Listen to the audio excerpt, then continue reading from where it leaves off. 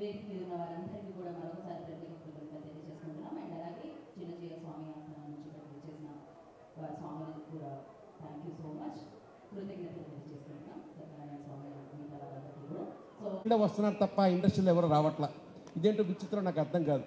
ఇద్దరికి సినిమా ఇండస్ట్రీలో అవార్డు ఇస్తున్నారంటే అందరూ ఆర్టిస్టులు వచ్చేవారు ఓ పండగగా జరిగేది. ఇవాళ బాధ అయిపోతుంది. సినిమా అవార్డు ఫంక్షన్కి వెళ్తుంటాం, మేము వెళ్తే చాలా బాధగా ఉంటుంది. ఎవరైతే అవార్డు తీసుకుంటారో వాళ్ళు మాత్రం వస్తారు, మిగతా ఇండస్ట్రీ ఎవరు రావట్లా. నేను ఇందాక చెప్పాను కదా, ఇది ఒక ముళ్ళ పొద. అందులోంచి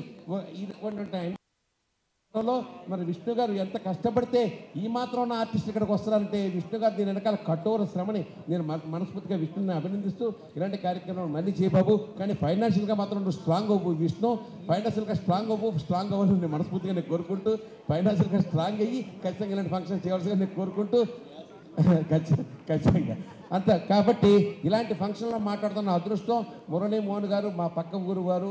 ఆయన ఒక ఎంపీగా ఇందాక చెప్పినట్టుగా ఎంతో మంచి పేరు తెచ్చుకున్నట్టు ఆయన వ్యక్తి, ఆయనకు పెద్ద అయినటువంటి ఆశీర్వచనాలు అందరికీ ఉండాలని చెప్పేసి భగవంతుడు ఆయనకి ఆయురారోగ్య భోగభాగ్యాలు కలగజేయాలని చెప్పేసి మంత్రిగా ఉన్నటువంటి కోమరెడ్డి రెడ్డి గారు మాకు ఖచ్చితంగా మా ఇండస్ట్రీ కావాల్సిన సహాయ సహకారాలు అందిస్తారని చెప్పి నేను మనస్ఫూర్తిగా నమ్ముకుంటూ సెలవు, నమస్కారం.